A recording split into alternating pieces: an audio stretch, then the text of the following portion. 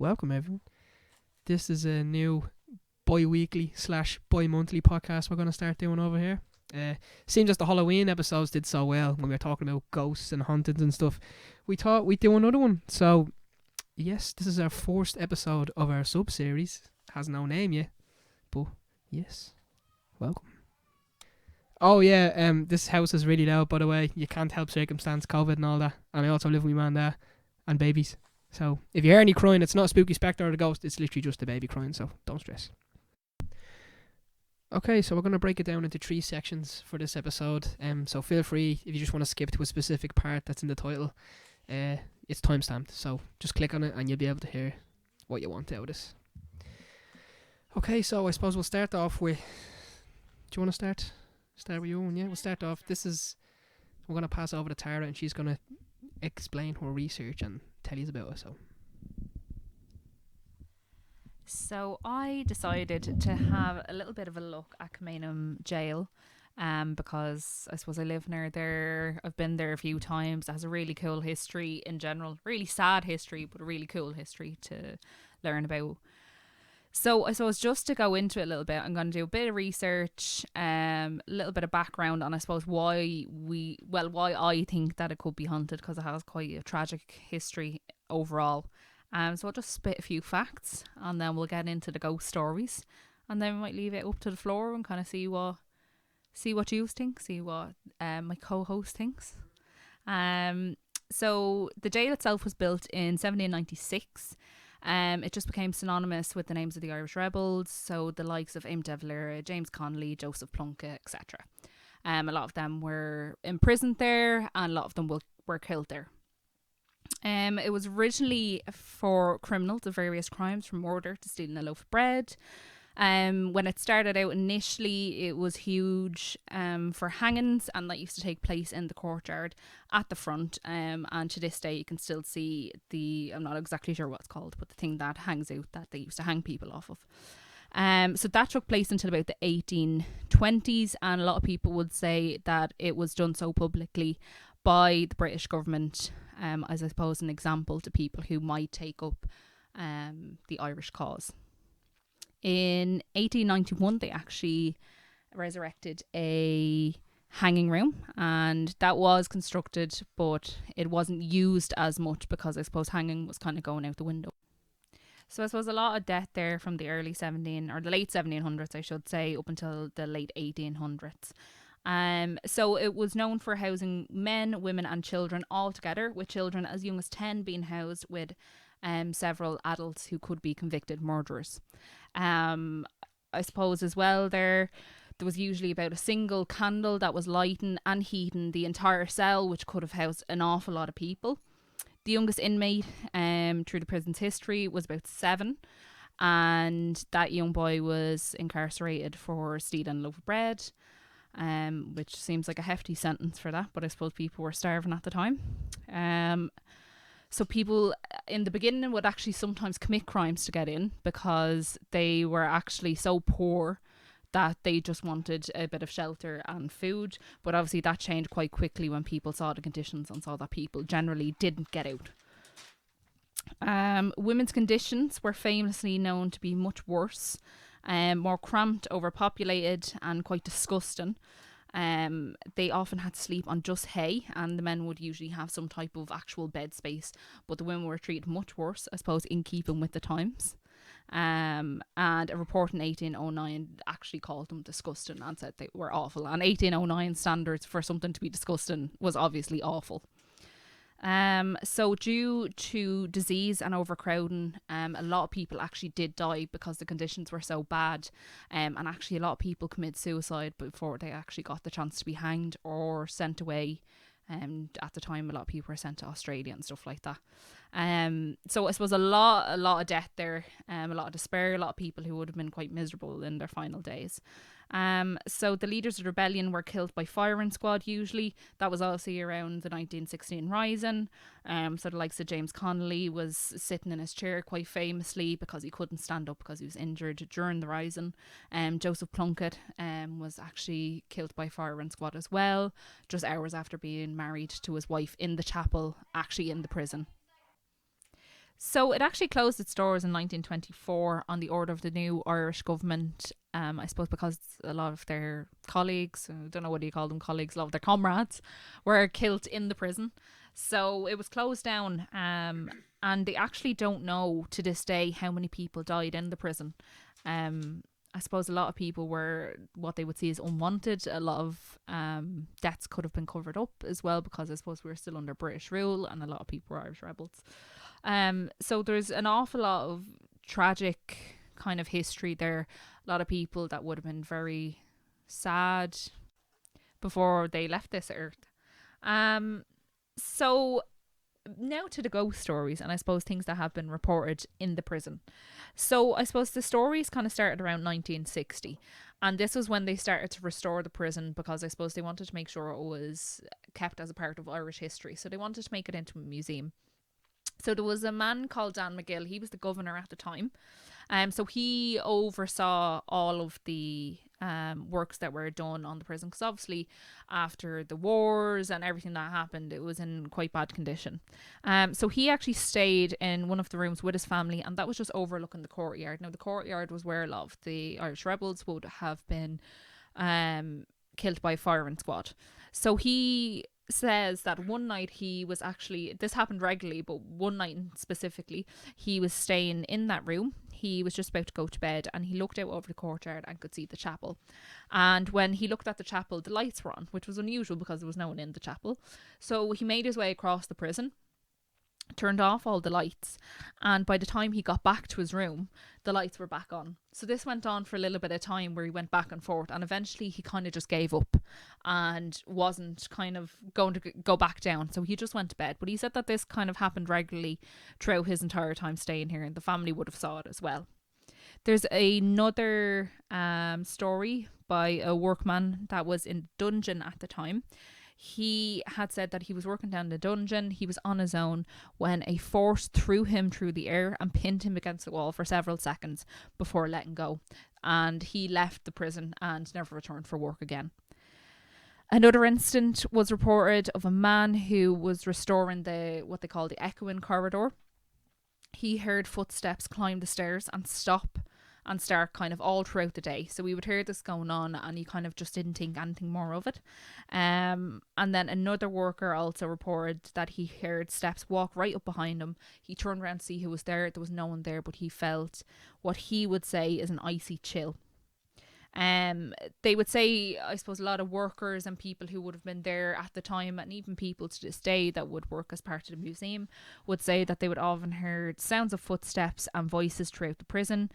Soldiers marching was also a big thing that people would hear.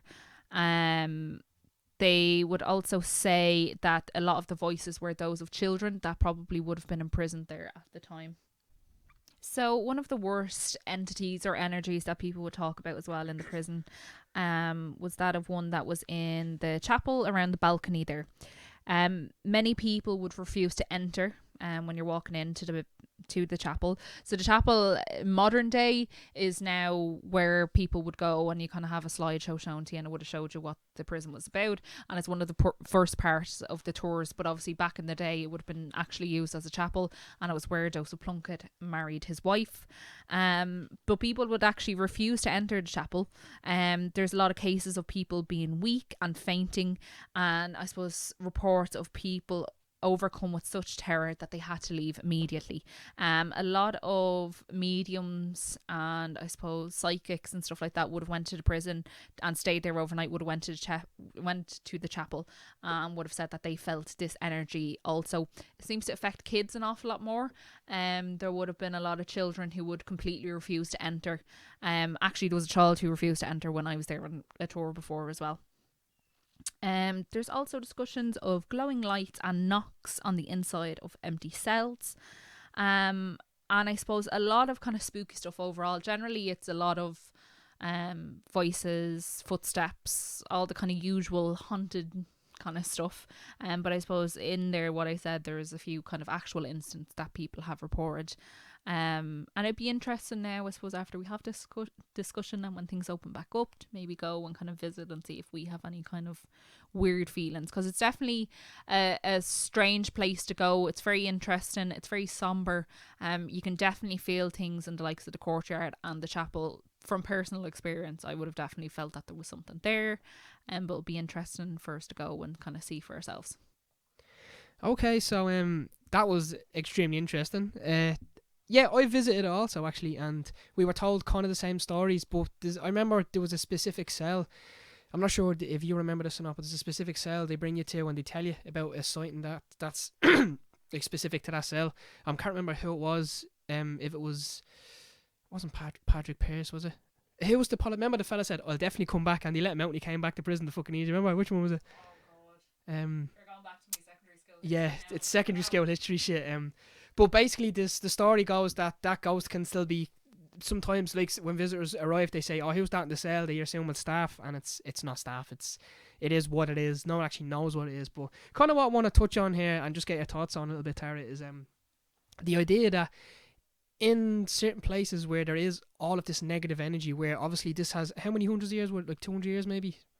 Because it's still open, like so. But so that would have been roughly 150 years of basically just anywhere ranging from 7 to whatever for crimes, basically for just being human, being hungry. You're in prison for being hungry as a child, for trying to steal a bit of bread. Obviously that causes extreme, if you're a child obviously, and an adult or whatever, the conditions and stuff would cause extreme distress. And there is this idea that obviously emotions linger, or energy lingers once it's expelled, I suppose would you say. And I just find it interesting that when there's places that have just so much hardship that goes on, they're more than likely there is cases of, let's say, a reoccurring specific type of, not hunt would you call it, but paranormal phenomenon would occur, like a specific one that people can go, I seen that too. Or you'll have a corroborating story where someone would see it this year and next year they would know nothing about this person, or that they've seen it and say the same story. So I just want to ask you, do you think there's anything to that theory that, like, when there's so much bad energy there,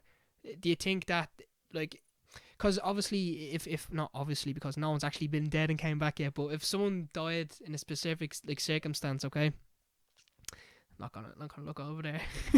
If someone dies, like say he dies suddenly, there's a theory obviously, or some people believe that you go back to your most fondest memory. But for some people, especially living in them times, there was no fond memories. Like it was basically, you're starving, you got put in prison, you suicide, or you die in prison, or you get hung or something like that. So do you think maybe they're out reliving their terrible experience or something like that, and that's why it's kind of, people can see the same stuff, like the energy is so strong that it can like what would you call it, not do itself, but you get what I'm trying to say. Yeah, I think so. Yeah. So what are your thoughts on that with stuff like that? Do you think there's anything to that theory of like residual energy and stuff? I definitely think that if there's bad enough juju in a place, it'll linger on. I suppose I would personally believe that like our body is a vessel and we're like an energy within it, and we go back into the universe in whatever form that is, whatever religion you belong to, we belong back to the universe. I think if there's enough negativity in one place, you can feel it. I suppose it's the same thing that if you have a person that's quite a negative person, you're around them all day, you definitely feel worse off after being with them. And if you're with a really, happy, energetic person, you feel better. Yeah, you feel better if you're with them. So I think if you have that much distraught and sadness, it's going to linger on. And I suppose on top of that, like I personally would believe in kind of ghosts and stuff like that. And I think that if you were, that sad and that, I suppose, traumatized in your final days, maybe it is that much harder to find your way out, because, you probably didn't know where you were or what was going on in the first place. So how would you be able to find your way to this, I suppose, heaven or other place when you're still holding on to all that, I suppose, trauma and sadness and despair? So yeah, I definitely think that without there being ghosts involved, there's definitely energy there. It's I suppose it's the reason that when you walk out into the courtyard where a lot of people would have been killed, you can feel it. Like, you can feel it's definitely dead in the air. And for anyone who isn't from Dublin, like, Kilmainham Gaol is in like quite a central part of Dublin. There's roads all around it, and you can't really hear a whole lot, which is quite funny because it's so central. When you're out in the courtyard, so I think that definitely speaks for itself, that it's definitely a strange thing in the air. So yeah, I definitely think there's some things hanging on there. There's obviously some type of evil entity or energy around, I suppose, the chapel area, because a lot of people, that was kind of the main thing from all my research. A lot of people have heard voices and things like that, which you can hear in houses and anywhere else that people might have died. But a lot of people would say that kind of negative, evil, horrible energy around the chapel. And like, I've been to the chapel, and one of the funniest things I found was a lot of people would say they go to a church or a chapel and they kind of feel at peace. They don't feel worried. They, you know, and I would have never felt necessarily at peace in a chapel, but I would have never felt frightened or, you know, uncomfortable. But there's definitely an unease. You know, I would have sat there and I kind of had that thing where because you're watching a film and I was kind of like looking around me. It almost felt like someone was watching me. So, you know, maybe I'm particularly perceptive. I don't necessarily think that I would even be particularly perceptive, but I definitely think I'm obviously not the only person that's felt that either. So there's definitely something hanging on there. I think, just to touch on what you were saying about, like, obviously residual, moving on and stuff like that, I think with certain people, if you've only known negativity, how can you even imagine a better place to go to? That's how you get stuck or something like that. Now, I am being very theoretical. I'm not saying, because I don't even believe in that, but it would make sense. Yeah. If a bad spirit was to get stuck somewhere, stuck somewhere, that the worst possible thing could happen to them. Like, and obviously, regardless of paranormal experiences or as you call them, ghosts or specters or whatever you would call it, energy is definitely a real thing. You can feel it. Awkwardness is an energy. Everyone can feel the awkwardness, if you know what I mean. So energy is definitely real. And I do remember specifically when I went on the trip. I was a bit older, so I was like 15 when I went to Kilmainham Gaol. And when you do stand in the yard, that was the yard where they were lined up and shot. And I think it's because knowing the history as well. When you go there, it's just everyone's quiet, no matter how. Yeah, like, but no matter how much of a joke or a messer you were, like, I think I spent most of the time slagging and joking in the place till I got to the yard, and then I was silent, being like, oh, just like. It just felt like you're not supposed to. You're supposed to just be silent here. It was. Yeah, we weren't told to be either. It was just. Personally, it actually feels very similar. You know, obviously it's not on the same scale, but it feels very similar. I was at the 9/11 memorial. I was there. I was actually at the grounds before it was built up. Obviously after the Twin Towers fell, but then I was there obviously when they have the actual memorial there, and it's the exact same feeling. It's that, like, you could be in the absolute middle of a city and you hear nothing. It seems like everything is just silent and it's just very, very somber. So, like, I think that speaks volumes, because obviously I know you know what's at to happen there beforehand. That might obviously, you know, affect how you perceive things and how you react to things. But it definitely has a weird, eerie feeling, and everyone definitely goes quiet. So. Tom, do you have any thoughts on this? You've been very quiet the whole time we're here. He shook his head no. He's a firm non-believer, so I think it's fair to have balance on this podcast. So if he wants to join in and say, like, that's crap, he's free to, but at the minute he's being very silent. Okay, I think we can move on to the next kind of segment, or like main chunk of what some research I did on. Actually, I'm going to say shout out Sophia. You'll probably hear this, but I totally robbed this on you. Because I think she was supposed to do this, but I was like, I'll do it. So I took this on you, but it's the. She's not here. Yeah, she's not here, so she's actually a ghost. Yes, this is the haunted Gaiety. Now, I'll give you a tiny bit of backstory, because Tara did so much of a good job. No matter what I say, it's gonna sound like shit. So I'm just gonna give you the gist and the majority, like not the majority, but the guts of it. Okay, so basically, the Gaiety was it's Jesus. How would you describe it? One of the most. It's first of all, it's the oldest theatre in Ireland. I'm assuming it's in Ireland anyway. See, that's why I should have did more research. But I know for a fact it's 150 years old. And basically every major act or performance or play or opera singer has basically been through this theatre. It was the main theatre for 150 years, basically, for any type of act that was like that. So. Yes. Now, this the stories I am going to tell are by, I would call, a reliable source, because he worked there for basically the majority of his life. He was let me just get me papers in order here. Yes, his name was George McFall or McFell because my handwriting's terrible. See, Terry used an iPad, so she can read hers good. I'm sorry about my segment. But basically, yeah, he was a stage manager. He's 88. He worked there for 40 years and he retired 20 years ago. But he would have all of the stories of the people who are lower than him that worked there would come to him with issues and say, "What's this? What's going on here? And what's happening?" So it's some of his stories retold, and then some of the stuff I have here is the people themselves saying, "Yeah, I've seen it," and people who worked it have seen it too. So I think I want to have a little bit of a talk about something for a second, okay? Because there is like there is some. We were talking about energy a second ago in Kilmainham Gaol, and the fact that residual energy I think is real, and I think it does get left behind, whether it be in a ghost or a bang or a knock or some energy is definitely there, and if it's powerful enough or if there's enough of it, it can move stuff basically. A bit like the wind, you can't really see it, but it does things. And you can, yeah. Everyone can feel it, but no one can see it. So basically, so this fella called Michael Lamore. See, my handwriting's terrible again. If you want to Google it yourself, you can. If you just type in Michael Mack and Gaiety, it'll pop up. Basically, there've been so many. He said himself that there've been so many great performances that the talent must have left some of themselves behind. Now, I do agree with that statement as a whole, because as a musician in quotations or an artist myself, when you do go on stage or perform, there is a little piece of you that does just get left. You kind of do it, and you're like. Just like you feel empty for some reason until you do the next one for some reason. So I am a firm believer in that there is energy left behind when you do give an output of whatever art you're trying to do. And the fact that there was basically everyone the who's who basically blew through here and left a piece of themselves there. So I do want to say that obviously 150 years old, the theatre is the majority of people that have played there are actually dead.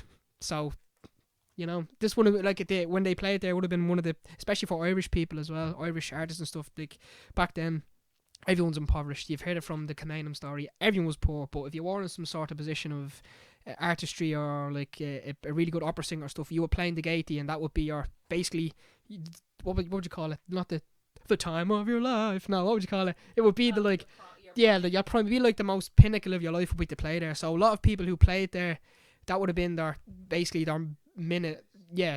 main thing of their life and their biggest moment of their life. So it would have been, I firmly believe that when they played there, obviously why would they not want to stay there after they're dead or go back there? If you're going back to your happiest memory, why would you not go back there?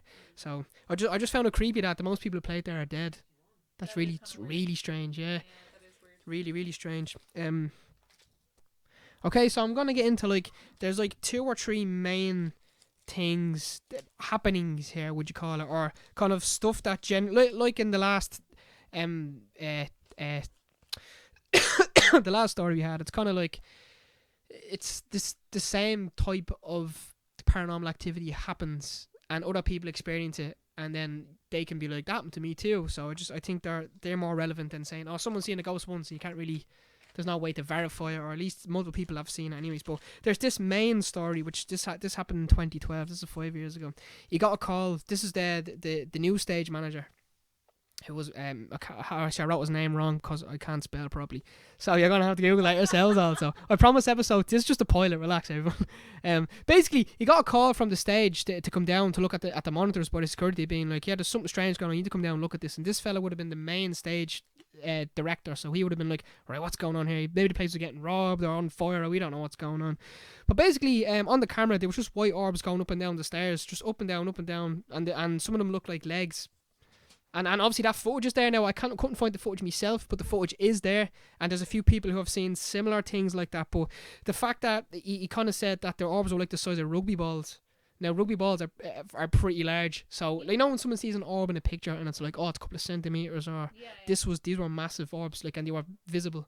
Like, like let's say, like, there was if it looked like basically people coming up and down the stairs in their way in and out to shows. That's what it looked like on the monitors. So you can explain that way. It wasn't dust. Dust isn't the size of a rugby ball. Dust is the size of dust. So, it was just strange. And the fella himself kind of said he looked like some of them were trying to escape. Like, there was like a rush. That's the vibe he got off by looking at it. Now, I did look into it and try and see if there was any fires or anything like that, and I couldn't find any evidence of that. that's just me bragging, saying I did research, and I couldn't find anything. So I just thought it was interesting that obviously a few people have seen it. It wasn't just one person and said I seen this and couldn't prove it. Another person showed up and said that's very strange, which I think is also very strange. There's also a specific one who a lot of patrons who go there have said, and I'm at that putting the sheet on the floor. Hold on, here it is here. So, yes, but it basically box number 9. That's what everyone just refers. It is box number 9, but everyone refers to it as like when they hear it, they go, "Ah, yeah, that was just the ghost." So basically, when everyone is there at the shows, sometimes they've been like, "Who was in the box with me?" They're like, "There was someone came into the box and was like touched me shoulder and then just left." I'm like, they tell the staff to stop being strange, and they're like, "That wasn't staff. That was just that happens to a lot of people. They either hear people whispering to them, or they think there's a staff member there or touching them or something like that, and no one's ever been in." Like, they get off a lot of people who've been there, like customers, but no one's ever been seen going in and touching people's heads and being like, "Oh, hell yeah," into their ear. So it is strange. Yeah, it's not like some like Larry the fucking cleaner that just comes in and acts the bollocks. So I just thought that was strange because this one is like a reoccurring one as well, which I think are always more reliable because people who like, why would someone make that up? Why would someone make up another story of someone else's story for no reason at all? It makes no sense. So I just think them ones are really more reliable. I know mine aren't as interesting as Tara's, but I don't care. No, they're interesting. They're mildly interesting. Mildly interesting. Okay. Now, this is just some tidbits I have, okay, now. So, obviously, this is a kind of common occurrence. I've seen it on, like, a lot of other hauntings where, like, fire doors slam. Now, a fire door, you know, the safety doors, which basically, it requires effort to open them and shut them and stuff, yeah, okay? And, yeah, they're magnetized, which means the only way they can be, when you open them, alarm goes off, and people have been like, someone slammed the fire door, or people hear a big in the theatre. Now, this is when the staff are just there, when they're setting something up or they're leaving for the night. Like, basically everyone that's been through there has heard it being like, yeah, you can just hear big bangs, like the doors going off. Now, when someone says, the building is settling, right, you don't get big explosions, you get creaks, and you don't get explosions and stuff, you know. So I just thought that was very strange, and I find it weird that, why a fire door? This brings me back to, was there a fire there? It just makes sense to me. I don't know why though. Since you've said that, I feel like it's something that we might have been told when we were younger. There was a fire in the Gaiety, but I don't have any memory of it. Maybe that's like a Mandela effect or something. Oh, could be. Yeah, that were like, ooh, the word like the Gaiety in Dublin. That they're like, no, we'll change that. It's actually the Gaiety now. The Gaiety. But no, like that requires an awful lot of effort to open and close them doors. Like from a human person with like enough amount of strength. So for anything else to do it, like, it can't be the wind or anything. Yeah, like, and first and second of all, the alarm would have went off. Yeah. Because when you open it, it goes brrrr, like, everyone's opened one by an accident now, just me. What? Have you not opened one by an accident? No. Damn. I literally just I must just be a slow-minded child. I used to eat crayons and shit, man, and now I'm doing ghost videos. So, circle of life. There is something else interesting I want to talk about. There's 3 specific sightings of people well, one of them was an opera singer that walked there. A few people have seen her, especially cleaners when they're cleaning it in the night, have saying, "Oh, I seen that there was some woman up there in a white dress," and then they went over to her and she just left, and they were like, this obviously it happened a couple of times. So a couple of other staff members have been like, "Oh yeah, that's just," because what I read is that one of the stage managers recognised her from the picture that's on one of the stairs when you're going up, and said, "That looks very like her." And then a few other people were like, "Yeah, that does look like the person I seen in the white dress." So I don't know what the white dress means, but it is odd that a few people have seen something and then said, "Oh, I seen someone there," and someone else has said, "Oh, that's just your one." So they wouldn't have known to not say it. Like, new staff have come in and said, "Oh, I seen someone in a white dress there," like, you get whoever to come down, but then how would they know about it? Am I just imagining this, or do you know the way black is a funeral colour? Years ago, like, I'm not sure how far back this went, but was white not the funeral colour? Yeah. Because I was only thinking, I was like, isn't it really weird they always see like ghosts in white dresses? That's always the thing. They were all in white, but I think that was pretty much the thing. Like, I don't know how far back that goes in history, but it does seem weird that people see obviously whatever these things are in white. And then that might have been the funeral colour back then. Food for thought. Or it could be they're white because when you die you enter a different plane and there is no colour. It's just or it's every colour, It's which like is just it's like white. dog feeding. Yeah, maybe. Yeah. Oh my god. Oh my god. We just cracked it. Okay. Okay. So. That's how dogs can see ghosts. Yeah. And when you enter a different plane, obviously with different dimensions and stuff. Okay. There's different spectrals of light which you can see and register with your human eyes. Maybe when you go to the plane of the other side, there's just less spectrums of light. So that's why everything seems monochrome or something. I don't know. And I suppose we can all agree that dogs are too pure for this earth. They're literal God's creatures. Yes. So maybe that's why they can see things that we can't. I can't believe we just cracked why dogs can see ghosts. Only the hard hitting stuff here on this podcast. Only the hard hitting stuff. Also, I'm a cat person, but I do believe dogs are nice as well. All animals deserve to go to heaven. They do. They fucking do, and that makes sense. That makes a lot. If they can, yeah. Oh yeah. Damn. Oh, Damn. So You I'm heard pretty it here sure. first. I actually never got into the other two actually. Okay, so that was the specific sighting of the opera singer. Her name was Margaret Burke Sheridan. Yes, and she was seen by cleaning staff and other people who have said, oh, that when they've said it, they've been like, oh, that's just her. That's just the friendly ghost. So no one's ever actually interacted by the time they've went or noticed her or went up to where she lives. But it is strange that that's a full body apparition. Yeah, that is. That's powerful. That's powerful stuff. Also, I have the name written down, but my handwriting is also awful again. It could be Louis Edelman or Louis Eliminen, but I'm gonna go for Lewis and just leave it there. But he died in 1965, and he has been cited. I think he was obviously a performer there as well, and he's been cited by a couple of separate people who have said, "Oh, actually, skip him. We're gonna get to the good one." Archbishop John Charles Quaid or Dales Quaid, because my handwriting's terrible. I'm pretty sure it's John Quaid anyway. He was cited several times, mostly in the Green Bar Room. So people have went in and said, I had a chat with your man there, and then they went outside, and because I'm pretty sure he saved the theatre with money donation or something like that. He's connected to it anyway. Well, he played a big part in it later on in the history of the theatre. And yes, people have been like, oh yeah, I was talking to that fella up there, and then they come outside and they're like, oh Jesus Christ, I was talking to there was a painting on the wall, and they're like, that's the exact same fella I was talking to, and the staff are just like, haha, you seen the ghost? And the people are just like, what? They're like, yeah, that's the ghost, that's his ghost. People have seen him just in the Green Bar, just sitting there. Weird, that's strange. Do you know what makes it weirder? It's not like that. Like, I suppose with a lot of ghost stories, you have this usual like, oh, there's an apparition of a possible spirit, or like it's kind of a shadow or whatever. But it's the fact that people could describe these people and then they're literally in the photos, recognize them. But then I suppose it goes back to that, like, oh, is it real or is it not? Is it people seeing things and then they put someone else's face on something they might have seen? Do you know what I mean? Positive feedback loop or something. Yeah. Like maybe positive feedback loop where you're just kind of like, oh, you seen him, and because you got to look at his face, you wouldn't have noticed it, but then you're convinced then by someone else being like, that's definitely him, and then they give you context and you're like, oh yeah, could be. See, we're all about skepticism here, you know.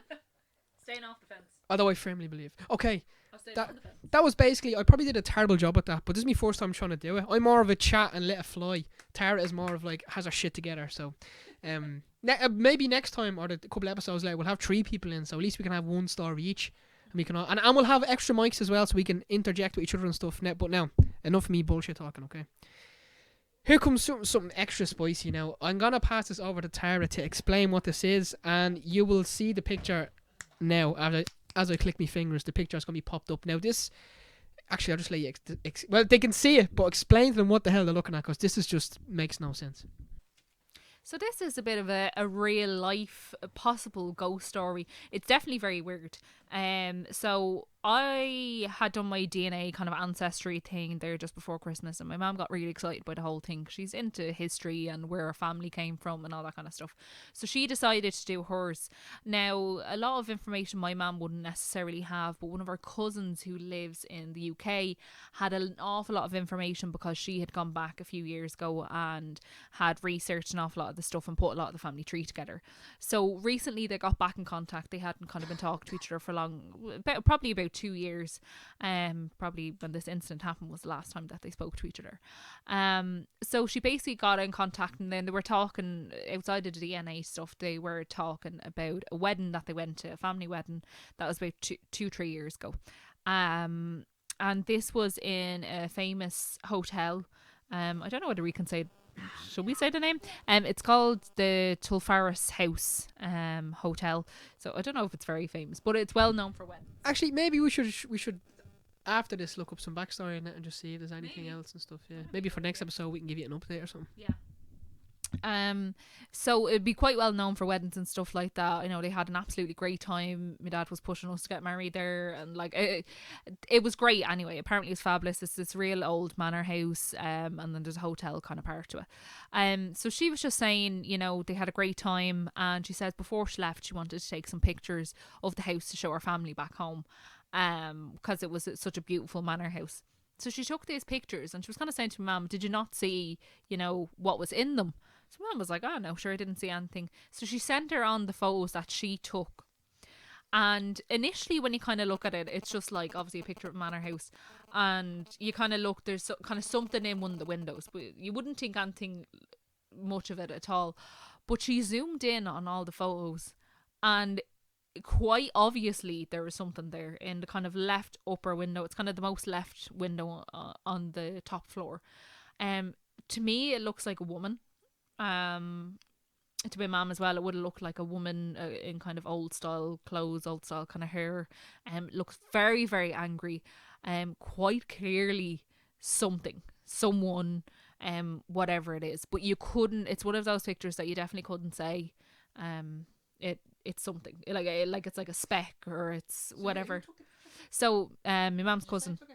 Yeah, my mum's cousin in the UK, she took the picture. So she actually, when she saw this, she was like, oh my god, this is so strange. So she herself decided to contact the hotel, and she told them that she had this picture if they wanted it. You know, some of these hotels kind of use it as a bit of a, I suppose, marketing scheme, and they actually refused to take the picture off her because they said it could possibly scare off guests.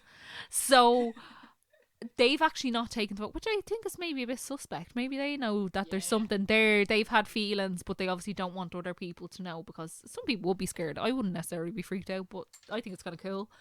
But yeah, so we have the pictures here, so you can definitely have a look at them yourself. But it was definitely like, it's definitely the second anyone I show it to saw it, it was like ghost. Even like Tom, who's here, who we told you is a complete or like skeptic. He doesn't believe in any of this stuff. He literally looked at it and went ghost in a funny voice. So yeah, that's kind of my own ghost story. Tom, would you like to tell us what you actually think it is, like, or what you think it isn't? Like, do you have any explanation for it at all? No. Anything? Nothing at all, no. So he hasn't got, like, he's a skeptic, but he also has no explanation to what it is either. No matter what it is, it's a painting. Oh yeah, they painted it on the window. Oh yeah, it's like yeah, like yeah, it's one of them snowmen. Yeah. Yeah. Tom said it's one of them fly strips with a lot of dead flies in it. But basically, what I was gonna say was, no matter what it actually is in the picture is not fake. No. Someone took this picture, and just by chance we were going to record, and just by chance, someone basically was like, "Oh, look at this mad picture," and we just happened to have it. So we thought we I mean, you're not gonna see this every time, because we're not ghost hunters. This is just by chance, like. But, there is a pandemic. But if you have any theories to what it is, like, do you have any theories to what it could be? If it's not a ghost, or what it could be? I personally am going back to that old school. It's the lady of the manor, because it's an old manor house, possibly the lady of the manor. I'd love to look up some of the history, because it definitely, like, it doesn't feel right. Like, it spooks you when you look at it. Like, I've seen a lot of, like, come here, I'm one of them weird kids that looked up all, like, scary ghost videos caught on tape on YouTube at, like, 2 o'clock in the morning as a kid. But, like, everyone who I showed to is like, no, that doesn't feel right. It feels weird. And even Tom, like, I know he's like, oh, I don't know anything about it, and he's not saying a whole lot. But before we actually got on camera, we kind of interrogated him a little bit about it. And he actually said that he felt cold when he looked at it. That was the first thing he said. And then he made a joke that it's just because the heating was off. But that wasn't the case. But he actually felt cold looking at it. And he's a skeptic. So it's probably one of them things where if I seen this picture when I'm scrolling the internet, I go, shit. But because I know someone took it, and I know the person who it got sent to and related to, it's a real picture. So that's, for me, I'm always like, oh, let's do a seance, let's get haunted and spooked. But then I seen that and I was like, Jesus, imagine that fucking spooking you, or following you around, or terrorizing you until you fucking spiritually into submission. Like, like when I looked at that, well, I didn't think it was a woman. I thought it looked like a man, an angry man. I thought so, yeah. here, look, I'll take it out. We're going to look at it live here and just analyse it a little bit ourselves. So we're just going to pull it up. I have to scroll through So- all my random pictures. So zoom. Yeah, when you look at the picture initially, you can't really see anything at all. No, 'cause It's only when you it's zoom a in. wide shot. Yeah. And then you zoom in, you're kind of like, is that some old man looking Yeah. out the window in his nip? Yeah, Why I don't you think it's a closer? man. I don't know. I think it's a man. I don't know. I think, see, that looks like her. How was the? Oh, the black. The black looks Oh like my her. god, yeah. I was thought looking like a bald man, but if you look at the black with context of the black, oh my god, that was crazy. I just think that's double. Oh. It would make sense, lady of the manor, I suppose. Yeah. Yeah. Man of the man. Man, maybe it's a Could man in a be. wig. Look, we Maybe don't, it's we don't we don't question. want, or maybe it's just someone being like, we don't fucking want you here, you know? Yeah, you can see it. The Disney character sign, yeah. That's the scariest Disney character I've ever fucking seen. That was Tom. Yeah, I never noticed the hair. I kind of looked past it because I thought that was something in the background, like the presses or something. The shape of the dove. But then, Jesus Christ, yeah, that one is very. She got a tip in. I don't understand how you that's a could. bun. I don't understand how you can not make a face out of it either. Like- no, like I couldn't. If do you know what, I'm definitely one of them people. I will think my own things, but I'll explain it away, and I'll be like, no, it doesn't. That's something else. But there's nothing I could actually say that is. Just be a miserable woman. It could definitely be an old woman just sitting there, like looking out the window, like, what are they taking pictures for? Yeah, but did she also paint herself silver or black and white or something? Because like she's like whoever that is, Terribly like ill. whoever person is, they're clearly terminal. All joking aside, though, we love anyone's opinions on anything that we've talked about, because yes, we want to like talk to like people, like, you know, instead of talking to ourselves and shit, you know. So Do you know what though? The only thing is, you know, like inevitably with these photos, someone is gonna turn around called bullshit, and they're gonna be like, "That's completely fake," and I have absolutely nothing to back up that it's real. no, we do. Wait, no, we do, because we can get your man, and then we can ring your one and be like, "Yeah, I took that" or something. I don't know. Yeah. Listen, we'll provide the proof, because this one is weird. I do have like I could screenshot my mum. Like it was sent to her on like Messenger because she's old. But like we could screenshot it, and like this was sent like. If you like, you can see by the timestamp it was sent like last week or something like that. So Yeah, she uses Facebook Messenger, so she doesn't know Photoshop. oh no, And also, if someone did Photoshop that is a really, really good job. she texts people on their Facebook status like really personal things because she doesn't understand. Oh Christ! She shares dogs that are missing in Texas from 2012. Oh yeah. Have you seen Cheryl? She went missing in 1986. Shared his post. Missing Girl Portugal 2007. No, not a Maddie McCann joke. Not a Maddie McCann joke. Oh, I think we better leave this one off here before we get pulled or something like that. Listen, do you want to say anything else before we go to her? Stay spooky. Yeah, everyone, look after yourselves. Say a prayer. Don't get haunted. Leave a comment down below, or no. Either way, hope you enjoyed listening to this. And yes, there'll be more. So stay tuned. Peace. It's a ghost.